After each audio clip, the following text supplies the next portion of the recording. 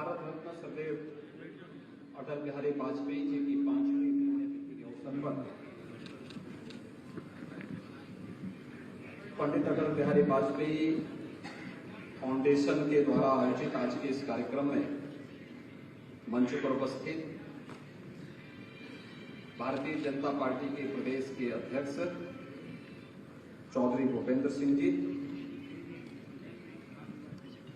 प्रदेश सरकार में मेरे वरिष्ठ सहयोगी और इस कार्यक्रम के संयोजक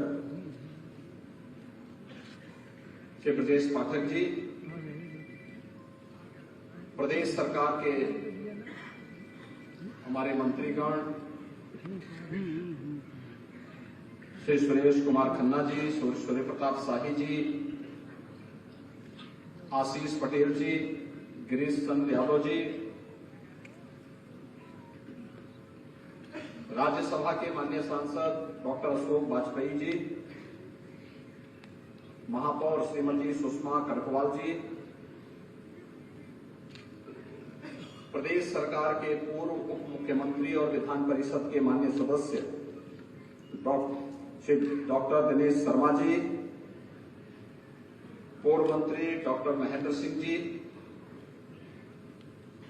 सभी माननीय विधायक और विधान परिषद के सदस्यगण,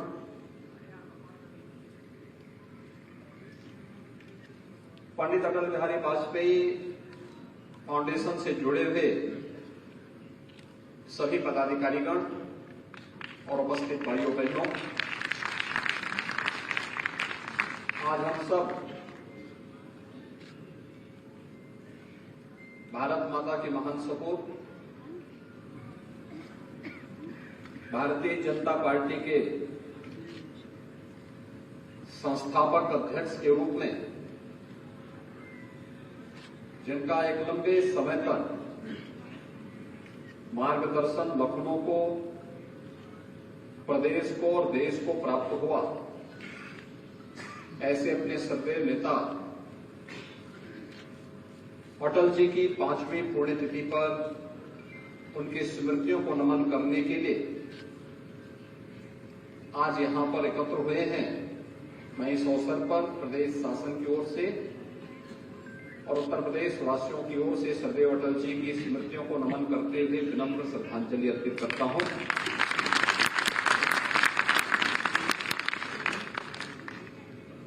भाइयों बहनों, नाम के अनुरूप अटल जी का व्यक्तित्व भी था।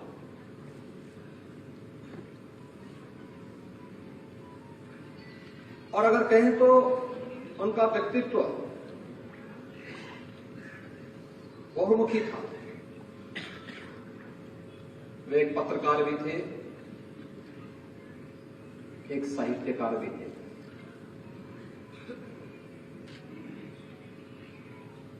वे एक राजनेता भी थे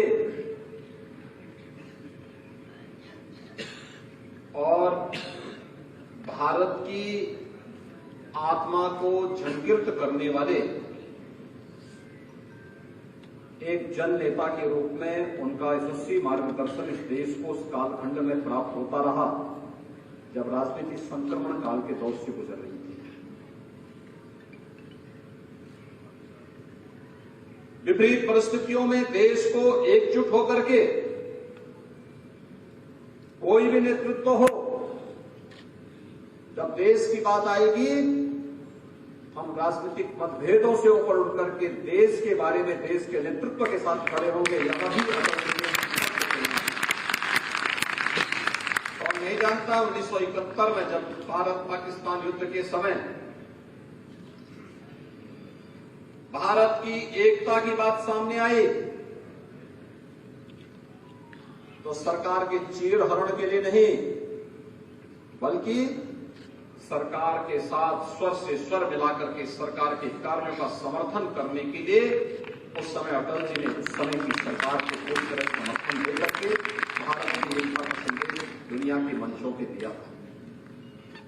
कौन नहीं जानता है, जब इसी कांग्रेस ने देश के लोकतंत्र का गला घोटने का प्रयास किया तो सदैव अटल जी ने उस समय लोकतंत्र को बचाने के लिए भारतीय जनसंघ को विसर्जन करने और लोकतंत्र को बचाने का सर्वोपरि मान रखा, क्योंकि एक आम नागरिक की आवाज को लोकतंत्र के माध्यम से ही दुनिया के सबसे बड़े मंच तक पहुंचाया जा सकता है। इस आवाज को मजबूती प्रदान की अटल जी ने। एक राजनेता के रूप में, विदेश मंत्री के रूप में संयुक्त राष्ट्र संघ में राजभाषा को वहां पर प्रमुखता के साथ अपने भाषण का हिस्सा बनाओ, यह भी पहली बार भारत ने देखा। और भारत के अनुरूप भारत के विकास की कार्य योजना कैसे बननी चाहिए, प्रधानमंत्री ग्रामीण सड़क योजना का कार्य रहा हो, राष्ट्रीय राजमार्गों के स्वर्णिम चतुर्भुज योजनाओं का कार्य रहा हो, भारत के अंदर हर हाथ में मोबाइल फोन अगर आज पहुंचा है तो भाइयों बहनों इसका श्रेय अटल बिहारी वाजपेयी जी को जाता है। मोबाइल क्रांति की जनक भारत के अंदर हुई है, ये रिफॉर्म किसी ने किया, अटल जी ने किया। याद करिए, अटल जी के आने के पहले लैंडलाइन टेलीफोन भी सिफारिश पे मिल पाता था और बड़ा मुश्किल था। एक दूर की कौड़ी थी mobile landline phone, mobile phone की बात तो बहुत दूर। मोबाइल फोन जब आया था, एक कॉल की कीमत 16 रुपए थी उस समय। 16 रुपए सामान्य व्यक्ति उसको कर ही नहीं सकता। आज ही अगर 16 रुपया हो जाए तो बहुत सारे लोग अपना मोबाइल फोन बंद करके वापस रख देंगे। लेकिन 1999 में जब ये मोबाइल फोन आया था, एक कॉल यानी इनकमिंग और आउटगोइंग दोनों के 16 रुपए था। आज भाइयों बहनों आप देखते होंगे ये 0 पे है। भारत दुनिया के अंदर सबसे अधिक मोबाइल धारण करने वाला देश है, सबसे अधिक डिजिटल क्रांति का लाभ लेने वाला देश है। उसकी नींव सदैव अटल बिहारी वाजपेयी जी ने रखी और उसे घर घर तक पहुंचा करके लोकोपयोगी बनाना है। वह सदैव आज के प्रधानमंत्री नरेंद्र मोदी जी ने करके दिखाया। देश के अंदर गरीब भूखों नहीं मरेगा। ये संवेदना पहली बार किसी सरकार ने दिखाई तो अंत्योदय की योजना, बीपीएल की योजना अटल जी ही लेकर के आए। और भाइयों बहनों, देश की संवेदना को जानने, उस प्रकार की रचना को समसामयिक मुद्दों के साथ जोड़ने के लिए हिंदू तन मन हिंदू जीवन रग रग मेरा, ये पंक्तियां भी लिखने का साहस भारत का कोई राजनेता कर सकता था तो अटल बिहारी वाजपेयी जैसा राजनेता ही कर सकता। आज नहीं मानूंगा, रात नहीं मानूंगा, ये पंक्तियां भी कोई विपरीत परिस्थितियों में अपने कार्यकर्ताओं को झंकित करते हुए आगे बढ़ने, चुनौतियों का सामना करने के लिए प्रेरित करती है। और सबसे बड़ी बात है, सब कुछ प्रतिभाओं से भरपूर है, लेकिन उससे भी महत्वपूर्ण अटल जी एक संवेदनशील इंसान के रूप में जाने जाते हैं। हर दल का सम्मान, उनके प्रति किसी के मन में कितनी भी कड़वाहट क्यों न रही हो, लेकिन अटल जी ने कभी अपनी कड़वाहट को सार्वजनिक नहीं किया। शिव की तरह उस जहर को घूंट पीते रहे और नीलकंठ बन करके वो देश के राजनीतिक आकाश में जगमगाते रहे।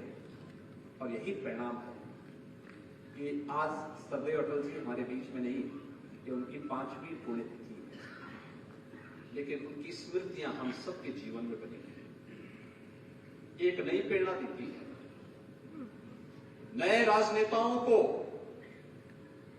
संवेदनशील बनने, जन आकांक्षाओं की पूर्ति करने के लिए पूरे परिश्रम के साथ कार्य करने के लिए और मूल्य और सिद्धांतों से अटल रह करके उसे प्राप्त करने की एक नई दृढ़ इच्छा शक्ति भी सदैव अटल जी का व्यक्तित्व हम सबको प्रदान करता है। आज यही कारण है अटल जी के इन्हीं भावों को आगे बढ़ाने के लिए सरकार ने, ये हमारा सौभाग्य है कि हमारी सरकार को इस श्रेय जाता है कि अटल जी की पहली मूर्ति उत्तर प्रदेश में मुख्यमंत्री कार्यालय के पास हमारी सरकार ने की सरकार ने।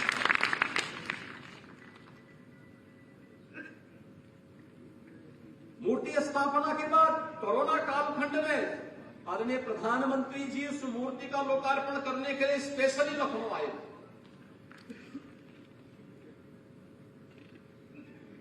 लखनऊ में प्रदेश का बन रहा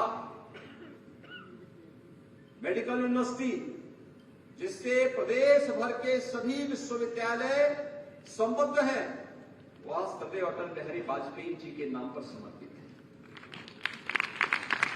अटल बिहारी वाजपेयी मेडिकल यूनिवर्सिटी इसी लखनऊ में स्थापित हुआ। और यही नहीं, पहली बार एक नया शिक्षा के क्षेत्र में, और वह भी किन बच्चों के लिए, श्रमिकों के बच्चों के लिए और अनाथ बच्चों के लिए, अटल आवासीय विद्यालय। 18 अटल आवासीय विद्यालय इसी सत्र में ये डबल इंजन की सरकार आदरणीय प्रधानमंत्री जी की प्रेरणा से आगे बढ़ा रही है। यानी ये एक नई प्रेरणा है जो आज मूर्त रूप लेता हुआ आगे बढ़ रहा है। भाइयों बहनों, मृत्यु एक शाश्वत सत्य है, लेकिन पुनर्जन्म भी भारतीय मान्यता के अनुसार उसी प्रकार के सत्य को हम सबके सामने उजागर करता है। आत्मा की अजरता और अमरता किसी से छुपा हुआ नहीं।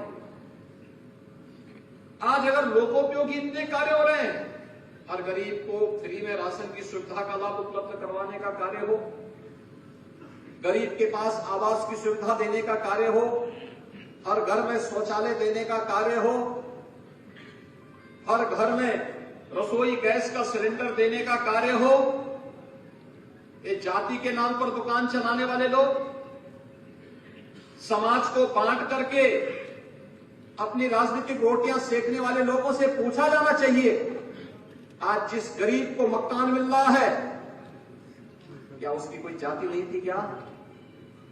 जिस गरीब को शौचालय मिल रहा है, क्या उसकी कोई जाति नहीं थी क्या? जिस गरीब को सुरक्षा मिल रही है, क्या उसकी जाति नहीं थी क्या? जिन 10 करोड़ लोगों को प्रदेश में और 50 करोड़ लोगों को भारत के अंदर आयुष्मान भारत में 5 लाख रुपए की स्वास्थ्य बीमा का कवर मिल रहा है, क्या उसकी कोई जाति नहीं थी क्या?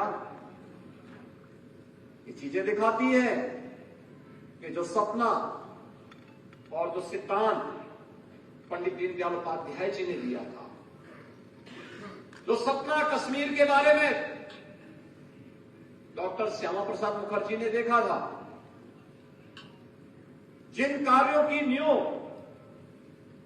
सदैव अटल जी ने अपने कार्यकाल के दौरान स्थापित किया था, उस पर एक सुदृढ़ भारत के निर्माण का कार्य आज भारत के यशस्वी प्रधानमंत्री नरेंद्र मोदी जी के नेतृत्व में हम सब देख रहे हैं। एक नए भारत का दर्शन कर रहे हैं, और यही है अपने पूर्वजों के प्रति कृतज्ञता ज्ञापित करने का सबसे बड़ा माध्यम। तो शब्दों से नहीं बल्कि व्यवहारिक जीवन में भी हम इसको करके रहेंगे, और यही तो किया है भारतीय जनता पार्टी के कार्यकर्ताओं ने। तो करोड़ों की संख्या में आज भी अटल जी के मूल्य और सिद्धांतों के साथ जुड़ करके अपने सर्वे नेता को केवल भावों से नहीं बल्कि अपनी भंगिमाओं के माध्यम से भी पूरे देश के अंदर लोकोपयोगी जन कल्याणकारी योजनाओं के माध्यम से, अनेक उन रचनात्मक कार्यक्रमों के माध्यम से लगातार उनके प्रति कृतज्ञता ज्ञापित कर रहा है। और यही दर्शन हम सबको देश के अंदर, प्रदेश के अंदर, लखनऊ के अंदर प्राप्त हो रहा है।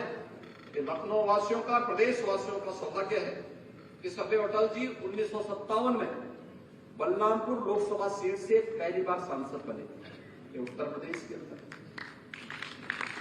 आज बलरामपुर में अटल जी के नाम पर हम लोग एक इसी केजीएमयू का सैटेलाइट सेंटर को मेडिकल कॉलेज के रूप में स्थापित कर रहे हैं उसी बलरामपुर जिले में। और लखनऊ को तो ये सौभाग्य प्राप्त है कि 5-5 बार लखनऊ से अटल जी ने नेतृत्व देकर के देश की संसद का प्रतिनिधित्व किया। अटल और लखनऊ एक दूसरे के पूरक बन गए। यही होता है अपने नेता के प्रति समर्पण का भाव। आज के इस अवसर पर मैं लखनऊ वासियों की ओर से, प्रदेश वासियों की ओर से सदैव अटल जी के श्री चरणों में नमन करते हुए विनम्र श्रद्धांजलि अर्पित करता हूं और श्री ब्रजेश पाठक जी और उनकी पूरी टीम को हृदय से धन्यवाद देता हूं कि हर वर्ष अटल जी की स्मृतियों को इस कार्यक्रम के माध्यम से, उनकी रचनाओं की काव्यांजलि के माध्यम से एक नई ऊंचाइयां उनके माध्यम से देकर के कृतज्ञता ज्ञापित की जाती है। एक अभिनंदनीय प्रयास है। मैं उनको और उनकी पूरी टीम को हृदय से धन्यवाद देते हुए आप सबके प्रति अपनी शुभकामनाएं देता हूं। धन्यवाद। जय हिंद।